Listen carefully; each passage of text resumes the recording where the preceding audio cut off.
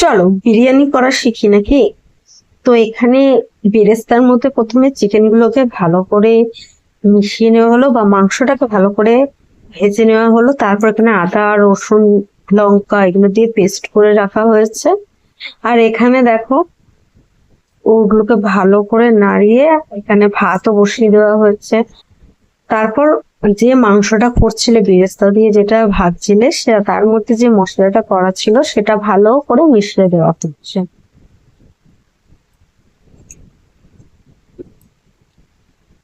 তারপর এখানে মাংসটা মানে হাফ কষা হয়ে গেছে।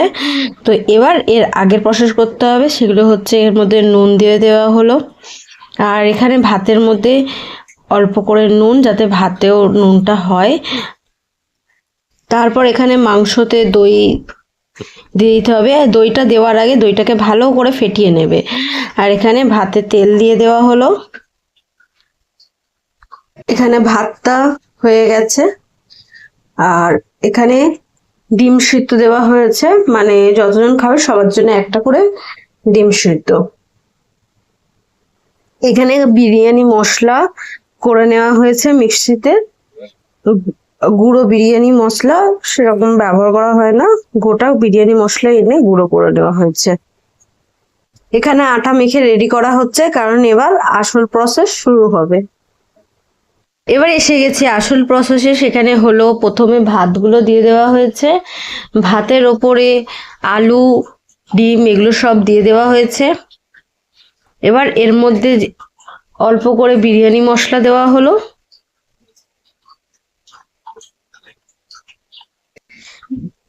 এবারে এর মধ্যে চলে আসলো মাংসর ঝোল। আর তারপর মাংসগুলো সব দিয়ে দিতে হবে একে একে করে।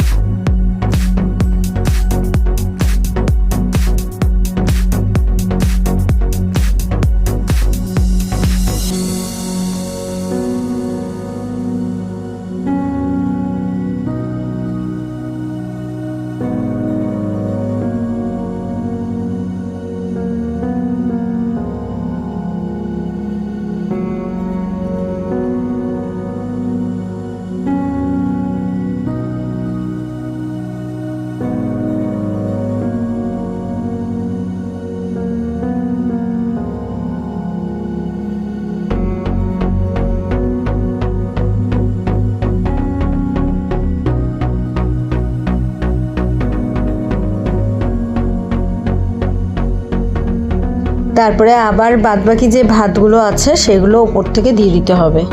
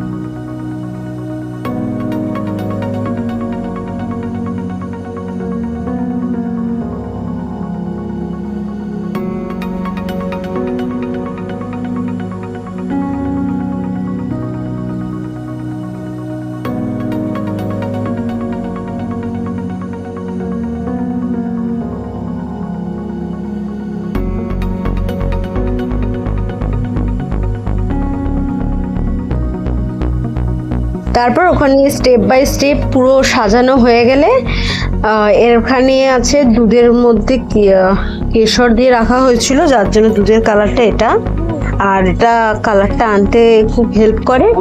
আর তারপর এর মধ্যে আতর, কেওড়া জল, গোলাপ জল, এগুলো সব পরিমাণ মতন দিয়ে দিতে হবে। যেরকম বিরিয়ানি করবে সেই হিসেবে পরিমাণ মতন সব দিয়ে দিতে হবে।